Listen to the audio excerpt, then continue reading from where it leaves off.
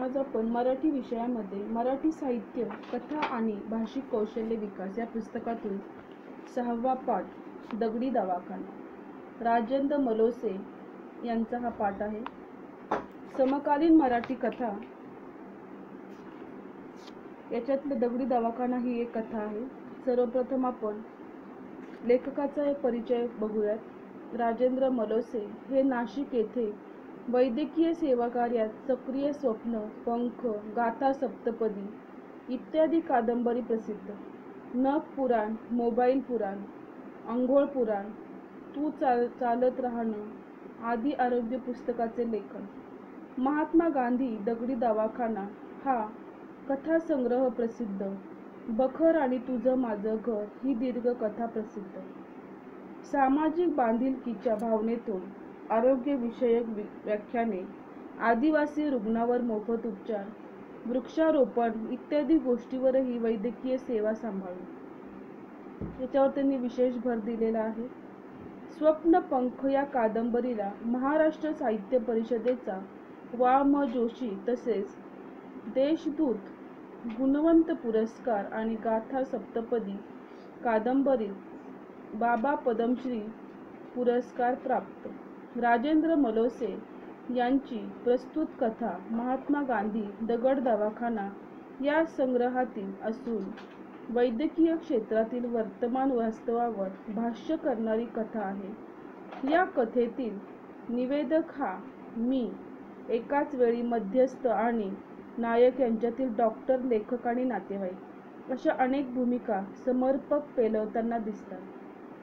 कथेत लिहिलेले एकूण 11 तुकडे ऐकवितांना ती कथा वाचावीत असा आग्रह धरला जातो, कारण ही कथा म्हणजे लेखकाला पुढे काय घडणार आहे हे अगोदरच समजते आणि त्याची भीती वाटू लागते. हाच या संपूर्ण कथेचा विषय असून निवेदनातील हा अनोखा प्रयोग वाचकाला कथाशयाकडे खेचून घेतो. आता कथानायक डॉक्टर जगदीश जवळीकर हा अबोल मध्यमवर्गीय वैद्यकीय शोभावा असा तरुण, मात्र त्याच्या हृदयाची एक झडप खराब झाल्याने त्याची बहीण अस्वस्थ होते. ही गोष्ट ती निवेदकास सांगताच निवेदक आपण आपल्या श्रीमानाने ऑपरेशन कसे करून घेतले हे सांगून तिला दिलासा देतो. डॉक्टर गोपीनाथ यांच्या मदतीने जे हॉस्पिटल मुंबई इथे यशस्वी ऑपरेशन करून घेतो. पण काही काळानंतर डॉक्टर जगदीश जवळीकरला एक प्रकारचा आजार मुतखड्याचा झाल्यामुळे डॉक्टर त्याचं निदान करतात. हे ऑपरेशन ऐवजी मुंबई येथील दगडी दवाखान्यात महागड्या लिथोट्रिप्सी मशीनद्वारे करायचं ते निश्चित करतात. अपॉइंटमेंट घेऊन रुग्णाला दवाखान्यात दाखल केले जाते आणि 14,000 फी ठरते. निवेदक 5,000 वर अडून बसतो, कारण प्रत्यक्ष रुग्ण हाच एक डॉक्टर असतो. परंतु डॉक्टर शर्मा समझोता करत नसल्यामुळे निवेदक 15 दिवसांनी डॉक्टर मित्रा सह रुग्णाला घेऊन दाखल होतात. डॉक्टर गुप्ता आता 10,000त उपचारासाठी तयार होतात. निवेदकाला 10 रुग्ण पाठवा व प्रत्येकामागे 1,000 रुपये चेक मिळेल अशी ऑपरेशन त्याला एक प्रकारची ऑफर देतात. मात्र ही ऑफर निवेदकाला एक प्रकारची लाच वाटते, त्यामुळे त्याच्या या आदर्शवादी व लाचखोरीला भीक घालत नाही. अखेर जगदीश डॉक्टर म्हणून 10, निवेदक डॉक्टर म्हणून 9, डॉक्टर मित्रासोबत म्हणून 8 आणि नाशिकच्या डॉक्टर मित्राचा फोन म्हणून 7,000वर सौदा निश्चित होऊन डॉक्टर जगदीशवर उपचार करतात. थोडक्यात प्रत्येकासाठी 1,000 अशी लाच दिल्याचे शल्य निवेदकास बोचत राहते आणि कथेच्या शेवटी डॉक्टर जगदीशही कमिशनचा फॉर्म्युला 60-40 स्वीकारून मालाडमध्ये हॉस्पिटलसाठी 3 कोटी लावतो. हे वैद्यकीय क्षेत्रातील भ्रष्टाचारी जगाचे विद्रूप आणि वास्तव पण दाहक सत्याचे दर्शन या कथेतून होते. सत्य हे सर्वश्रेष्ठ मूल्य मानणाऱ्या महात्मा गांधीच्या नावे सुरू असलेल्या या दवाखान्यात एक पेशंट पाठवा, 1,000 रुपये मिळवा असे भ्रष्ट तंत्र वापरून रुग्णांना नाडले जाते. वैद्यकीय सेवेच्या क्षेत्रात आदर्शवादाची, माणुसकीची, नैतिक मूल्यांची दिवसेंदिवस होत चाललेली घसरण ही चिंतनीय बाब असून या वास्तवांचे प्रत्येकारी दर्शन कथेतून घडते. हे विदारक सत्य निवेदक स्वनिंदेतून तिरस्कार, व्यंग्यात्मक, उपरोधिक व नर्मविरोधी शैलीतून मांडत आहेत. तपशिलाचा पसारा टाळणारी, अनलंकृत, संमिश्र अशा भाषेचा प्रभाव वापर, वास्तव अनुभूती देणारी संवाद शैली यामुळे ही कथा समकालीन ठरते. आता आपण या कथेचे स्वाध्यायकृतीचे अध्ययन करायला सुरुवात करणार आहोत. खालील प्रश्नांची उत्तरे थोडक्यात लिहा. निवेदकाने आपल्या भीतीचे कोणते कारण सांगितलेले आहे? दगडी दवाखाने या कथेचा निवेदक वैद्यकीय क्षेत्रात कार्यरत असून त्यास मुंबईत जायची भीती वाटते. काही आजार वा कोणी आजारी माणूस बरोबर असेल तर आणखी जास्त भीती वाटते. वास्तविक पाहता निवेदकाने भ्यासणे काहीच कारण नाही की भ्यायचं कारणच नाही, कारण तो स्वतः डॉक्टर आहे, पण तरीही मुंबईची भीती वाटते. त्यात एखाद्या खाजगी डॉक्टरांकडे जायचे म्हटले की आणखी भीती वाटते. भीती वाटते याला काही कारण नसले तरीही भीती वाटते हे निश्चित आहे. आणि ही भीती वाटण्यासारखंच काही घडलेलं आहे असेही नव्हे, पण तरीही काही घडलंय म्हणून कथा लिहितोय का? तर त्यांचेही उत्तर नाही. आत्तापर्यंत काही न्यूनगंड पछाडतो आहे का? त्यात त्याचे उत्तर नाही. पण एक अनामिक भीती वाटत असते. जिथे पुढे काही घडणार आहे त्याबद्दल ती भीती निवेदकाला सतत जाणवत असते. कारण ही भीती नेहमीच खरी ठरत असलेली असती तरी आत्ताही ती खरी ठरलेली आहे. प्रश्न दुसरा आहे. निवेदक डॉक्टर जगदीश जवळीकरला कथेचा नायक का करतो? दगडी दवाखाना या कथेचा नायक व्हायचे निवेदकाने ठरवलेले असून, परंतु विचार केल्यानंतर उगीच कशाला वातावरण तयार करायचं आणि दुसऱ्याची हिरो होण्याची संधी का घालवायची? तो दुसरा म्हणजे डॉक्टर जगदीश. या नायकास निवेदक जग्गू बाळ कशी म्हणून हाक मारतो? याला महत्त्वाचे म्हणजे असे की अशी कथा घडली तेव्हा निवेदक तिथे होता आणि म्हणून तो मध्यस्थ म्हणून या कथेत भूमिका पार पाडलेली आहे. कारण पात्रातील किंवा इथे सांगितल्याप्रमाणे पात्रातील किंवा वाचक आणि नायक यांच्यातील किंवा वेळ पडली तर तो प्रसंगही फुलवणारा आहे, जेणेकरून कथा चांगली वाटली पाहिजे. म्हणून निवेदक हा डॉक्टर जगदीशला कथेचा नायक बनवतो. प्रश्न तिसरा आहे. डॉक्टर जगदीश जवळीकर या व्यक्तिरेखेचे वेगळेपण तुमच्या भाषेत लिहा किंवा डॉक्टर जगदीश जवळीकर या व्यक्तिरेखेचे स्वभाव वैशिष्ट्य लिहा. दगडी दवाखाना ही डॉक्टर जगदीश जवळीकरांची कथा असून ते MBBS आहेत. तो पुस्तकातील किडा म्हणून प्रचंड वाचन करणारा आहे.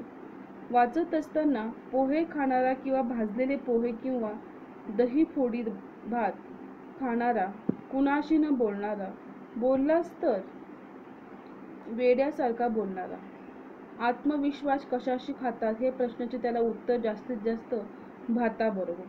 त्याला कपड्याशी विशेष आवड नाही.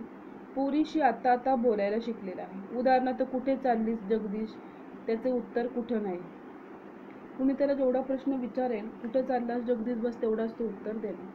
मी येऊ का तुमच्या बरोबर? नको, विंचू चावल्यासारखं त्याचे उत्तर.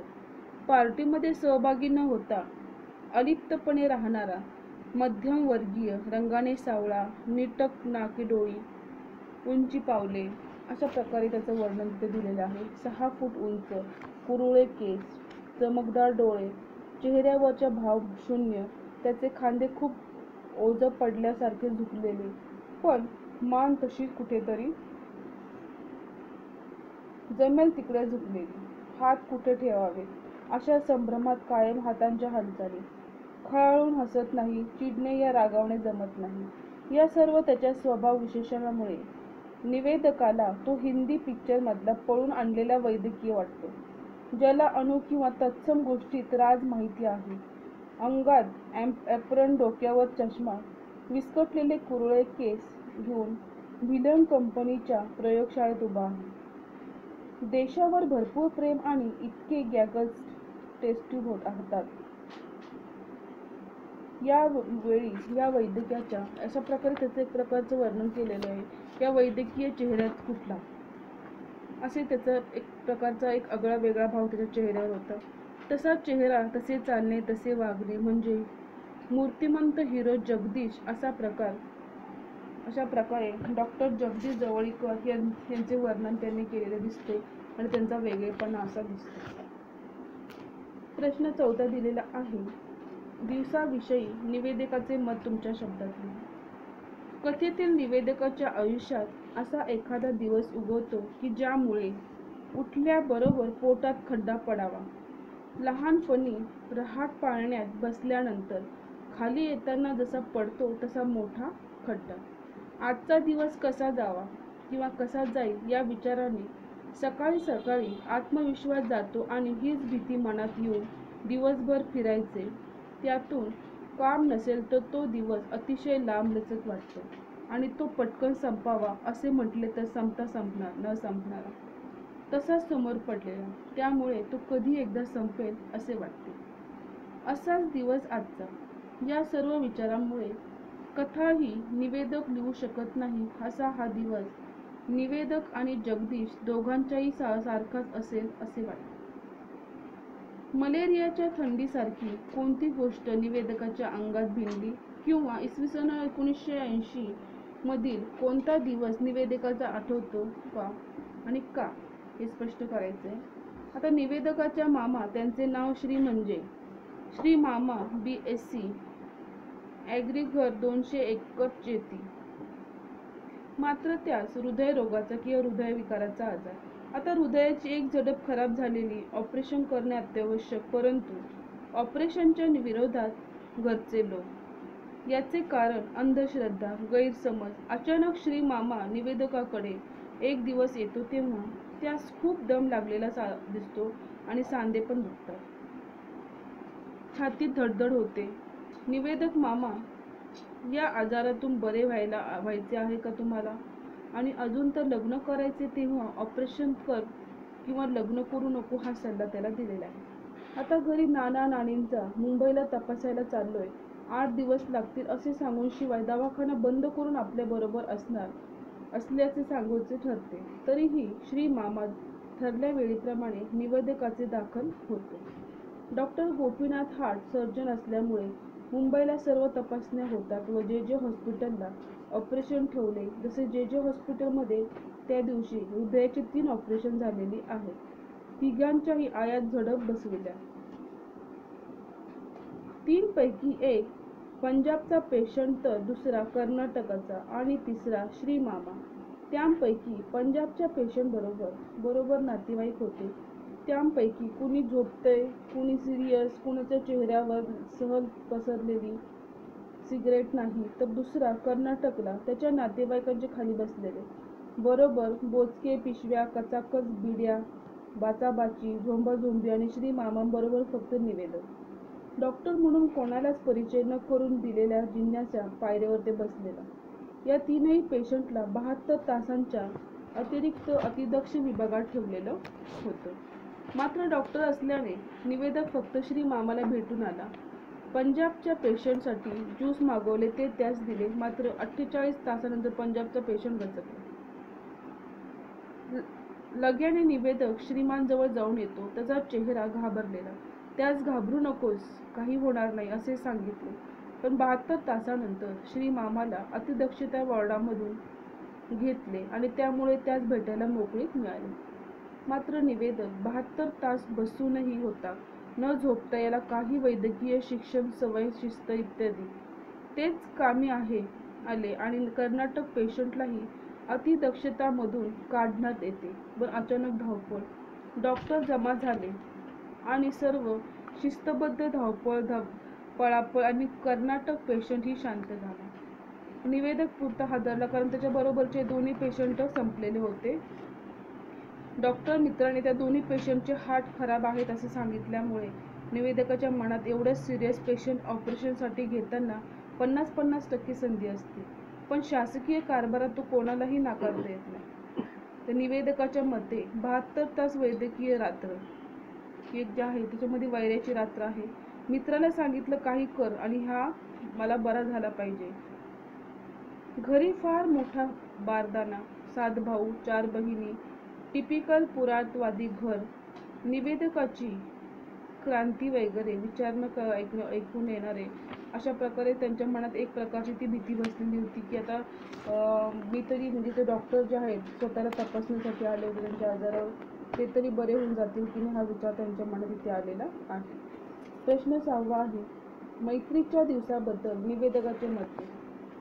आता निवेदक हा श्री मामाला मुंबई येथे जे हॉस्पिटलमध्ये त्याचा मित्र डॉक्टर गोपीनाथ हार्ट सर्जन असल्यामुळे त्याच्याकडे तो घेऊन गेलेला आहे. आता हार्टचं ऑपरेशन सक्सेस होते, पण डॉक्टर गोपीनाथला पेशंट बरोबर कुणीच कसे नाही हा प्रश्न पडलेला आहे. त्यामुळे निवेदक आपण मामाला कसे घेऊन आलो ते सांगतो आणि डॉक्टर गोपीनाथ त्यास हॅट्स ऑफ यू म्हणत आजचे बिल मी देणार. मुंबईत परत जेव्हा जेव्हा येशील त्यावेळी तू माझ्या पाहुणा. गावाकडचा म्हणून मैत्रीचे नाते अधिक घट्ट केले आणि निवेदकाच्या आयुष्यातील तो मैत्रीचा दिवस होता. असे दिवस कधी कधी भेटतात, कारण मित्र भेटतात त्यावेळी कधी कधी दिवसांचा मूड नसतो, तर कधी दिवस उत्सुक असला तर मित्र गायब असतात. मित्र आणि दिवस जेव्हा भेटतात तेव्हा दिवस एक कायमच असतो. अशा प्रकारे त्यांच्यामध्ये संभाषण झालेलं दिसून येते. थोडक्यात उत्तरे लिहा मधला 7वा आणि शेवटला प्रश्न आहे. डॉक्टर जगदीशच्या हार्ट ऑपरेशनसाठी निवेदकाने केलेली मदत तुमच्या भाषेतली. तर डॉक्टर जगदीश MBBSच्या पहिल्या वर्गात असताना तो हॉस्टेलवर राहत होता. त्यावेळी वॉर्डात ॲडमिट असतो. जुलाब वांत्यामुळे मला नंतर कॉलेजमध्ये शिकणाऱ्या हुशार सरांनी जगदीशला हृदयरोग असल्याचे सांगून हृदयाची एक झडप खराब आहे हे सांगितल्याने जगदीशची बहीण निवेदकास बोलते व रडत रडत जगदीशच्या आजाराबद्दल सांगते. तेव्हा निवेदक बोलावते व रडत रडत जगदीशच्या आजाराबद्दल सांगते. तेव्हा ती निवेदकाचा धीर देतो. आपण आपल्या मामाचे जे हॉस्पिटलमध्ये कसे ऑपरेशन यशस्वीरित्या डॉक्टर मित्रांकडून करून घेतले ते सांगतो व ठरल्या वेळेनुसार ऑपरेशनची एक केस तिलाही दाखवली जाते व नंतर मुंबई डॉक्टर गोपीनाथ यांना दाखवायचे ठरवते. ते म्हणतील ती पूर्व दिशा. तीही म्हणाली की डॉक्टर गोपीनाथच्या म्हणण्यानुसार ऑपरेशन ठरते. त्यावेळी माणसाचं हृदय 45 मिनिटं बंद आणि हृदय फुफ्फुसा यंत्रणावर माणूस जातो. त्या 45 मिनिटात झडप बदलून नवीन बसविणे ही एक मोठी कसरतच असते. खूप गोष्टी विचारात घ्याव्या लागतात, पण झडप बदलण्याची ऑपरेशन्स भारतात जेवढी होतात आणि जेवढ्या चांगल्या पद्धतीने होतात तेवढ्या कोणत्या देशात होत नाहीत. जगदीशचा हार्ट सर्जरीच्या वेळी निवेदक एकटा बसला, बरोबर ती तिचे आई वडील. जे हॉस्पिटल 4था मजला, वॉर्ड नंबर 21. 48 तास निवेदक रात्रंदिवस पहारा देत 2-3 दिवस निवेदकास टेन्शन, पण 5व्या दिवशी जगदीश वॉर्डातून फिरायला लागला. 10व्या दिवशी विमानाने तो त्याच्या घरी परत. ऑपरेशन यशस्वीरित्या पार पाडलेलं दिसून येतं. अशा प्रकारे निवेदकाने जगदीशच्या ऑपरेशनसाठी मदत केलेली दिसून येते. अशा प्रकारे ह्या पाठातील ह्या कथेतील 7 थोडक्यात उत्तरे आज आपण प्रश्नांसहित बघितलेली आहे. अशा प्रकारचे प्रश्न तुम्हाला परीक्षेमध्ये विचारले जाऊ शकतात. ही सर्व प्रश्न तुम्ही व्यवस्थित वाचायचे आहे, अभ्यासायचे आहे आणि तुमच्या शब्दात याची उत्तरे तुम्ही तुमच्या मराठीच्या वहीमध्ये लिहायची आहे. पुढील प्रश्न आहे सविस्तर उत्तरे लिहा. हा प्रश्न आपण पुढील भागामध्ये अभ्यासणार आहे. धन्यवाद.